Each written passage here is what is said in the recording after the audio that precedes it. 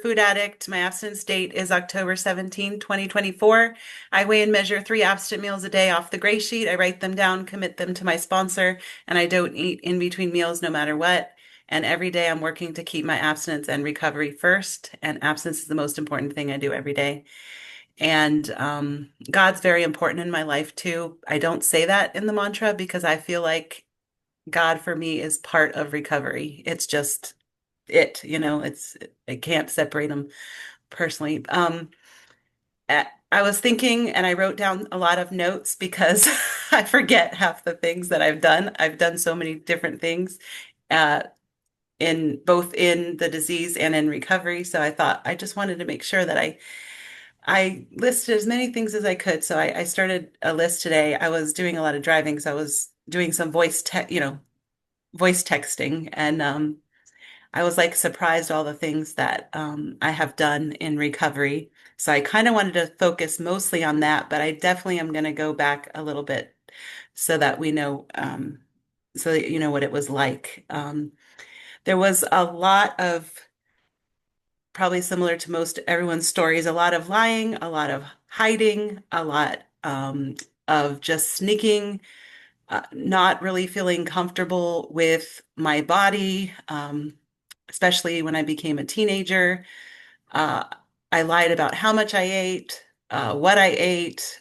I was hiding in bathrooms, closets, all sorts of places just so people wouldn't see the quantities that I was eating or the types of foods that I was eating. There were a number of times that are very evident and clear where I clearly stole food from family members, my children. Um, and looking back at those times is very painful for me because it's like, oh, it's very painful. One particular instance that I remember very vividly, just not being able to stop, just kept going and taking more and more and more.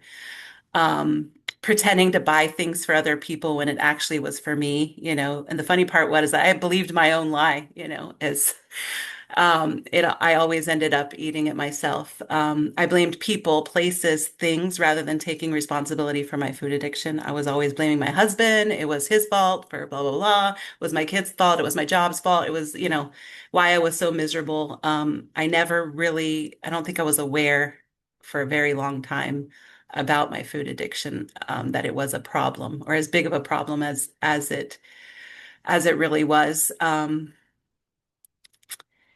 I made New Year's resolutions after resolution every single year. I kept doing it, even though I failed after a couple of weeks of trying some new, plan I came up with or designed, or all the different methods I tried for controlling what I was eating. And I was just increasing in weight. I didn't have a weight problem growing up, but I thought I did. When I looked at pictures, I look back and I go, I wasn't even overweight, but I thought I was. I thought I was all growing up. The weight started coming on after baby one, after baby two, in puberty. Um, and then my highest weight was like 240 pounds, and I started having a lot of health issues as well. Um, Before I found GreySheeters Anonymous, some of the different things that I tried were Richard Simmons diet, over-exercising, fasting, starving myself, soup diet, Medi weight loss, vegan, carnivore, herbivore, gluten-free, counting calories, eating when I not eating during the week, only on weekends, not eating after a certain time, Weight Watchers, seafood diet, anything I saw I ate. Overeaters, dignity of choice, which was not working for me at all. RFA, recovery from food addiction, that was the closest thing I ever got to some semblance of what abstinence could be. But it had grains. And I can see clearly now that grains should not have been on a food plan um, that I'm on. So in order for me to be able to arrest this disease that I clearly have. I thought about surgery, but my heart of hearts, I hated surgery. I hated the idea of it. I was deathly afraid of it. Otherwise, I probably would have done it. And so some of the things that I have been through during this first year of abstinence, I've gone on 2 cruises. I have dealt with a significant health issue that has required numerous uncomfortable procedures. I've started a new business, learned about advertising and marketing. I've gotten myself a mentor for my business, and I'm watching it grow and grow and grow, and I'm getting busier and busier, but while keeping abstinence first, which is a first for me.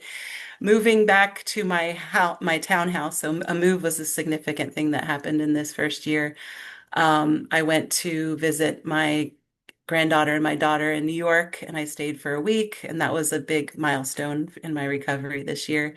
I took a trip to Europe just recently, and London and Paris, and I got to meet my sponsor and meet a bunch of people from all around the world, which was exciting. I attended the roundup, and I was so overwhelmed while I was there. It was in a bad way, but just overwhelmed by seeing everybody physically in person, overwhelmed because it was just, I just felt so much love and so much like recovery. It was just so powerful for me. And I had just lost my couple days prior, my one of my good friends lost her son to the disease of addiction. So it just all of that coming together was just like, oof, it was a lot.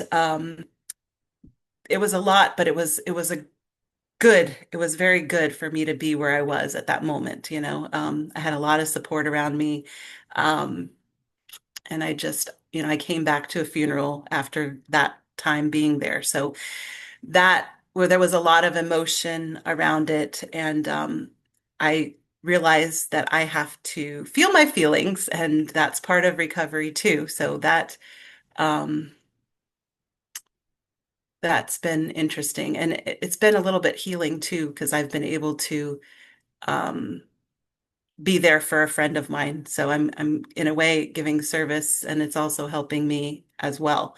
Someone asked me like, "Oh, you're at a year. Did you have these dreams or did you feel like eating?" And it's like, I didn't really have a moment to think about any of that because I was at the Paris Roundup. I was, coming back from here, and there was like service to be done and things going on. And so maybe after this week, who knows, but I hope not.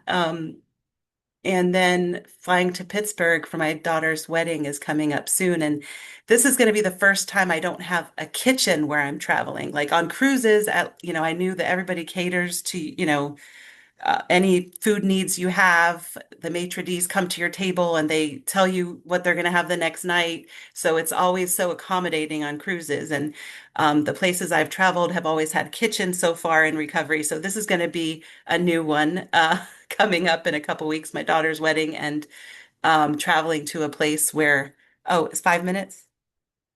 Oh, no. Okay, sorry. I wasn't sure. Okay, where there's not going to be a kitchen, but I'm going to call ahead and check on a microwave and refrigerator as my sponsor has requested I do. And I find that when I follow directions, things work out so much better. Um, and let's see, what else did I want to, let's see, Anna, did you try to tell me yet? No, okay, sorry. Let me see if there's and so these are just some of the things that I've done this year to stay abstinent. I kind of wanted to focus a lot on that part of it. I call my food into my sponsor every single morning. I text her on the weekends, and I've done that. And if I can't call her, or if I didn't call her and I slept in, I have called somebody else and reported my food for 367, 70 something days in a row, which that's a miracle in itself. That's a total miracle. Um, uh, I weighed and measured my food from the gray sheet. Haven't eaten anything in between meals. I've attended GSA meetings every single week and AA meetings face to face in my area. Um, I make daily phone calls. I ask for help when I'm not sure about something, especially something new that I haven't done before in recovery.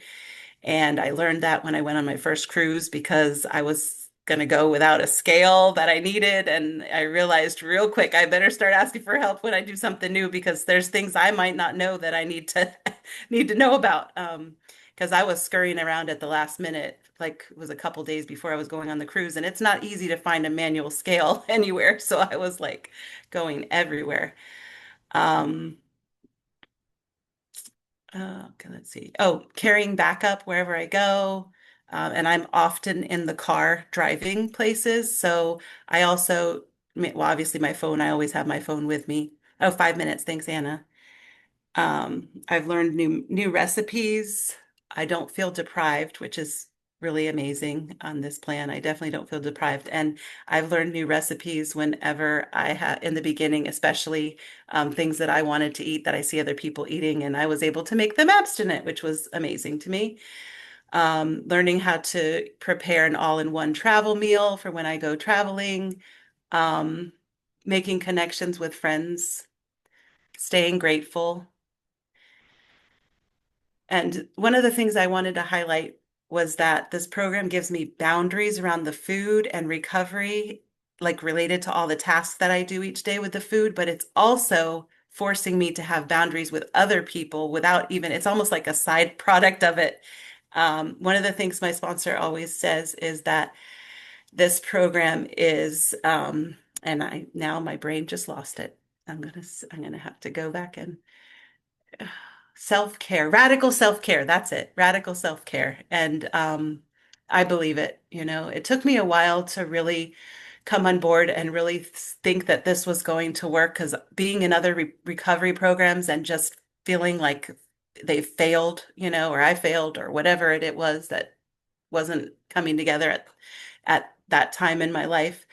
um, it took me a while to realize these people are for real.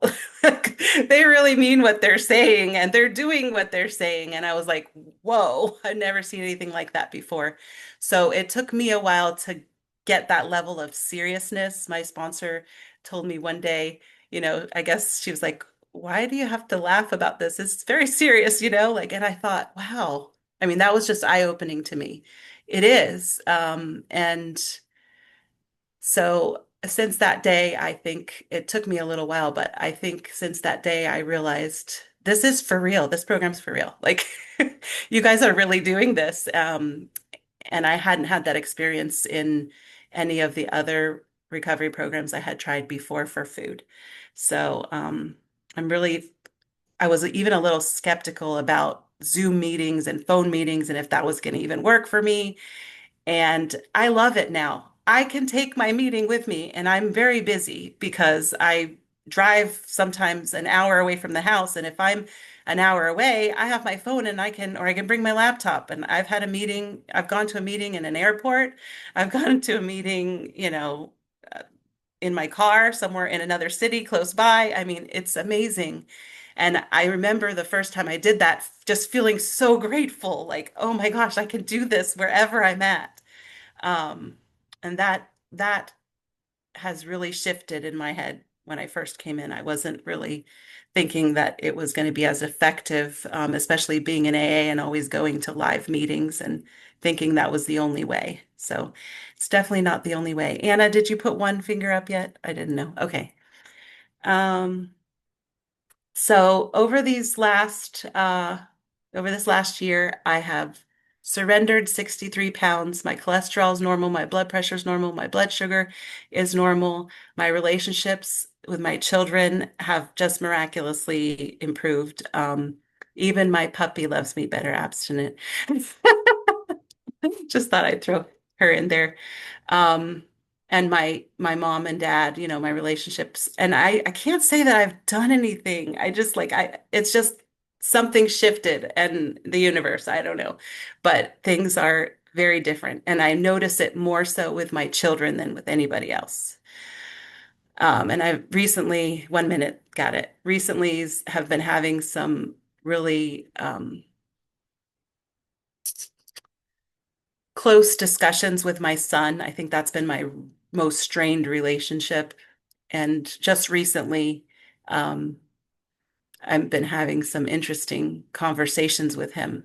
And I never would have ever imagined having these conversations with him. It's almost like he was doing a mini four-step with me, his mother, which I thought was just kind of blew my mind. I think that's about it. Basically, I've just done this day by day, one day at a time. and I started making weekly plans. That's one thing I did want to share is that I do my plan for the week. I realized real quickly that I'm going to be like a person running around with their head cut off if I don't make a plan for my week. At Sunday night, I plan the week out, what I'm doing, and my recovery comes first, and then I plan my food out. So I go shopping twice during the week. That's just what works for me. But anyway, I thought I'd share that in case it helps anyone else. Thanks.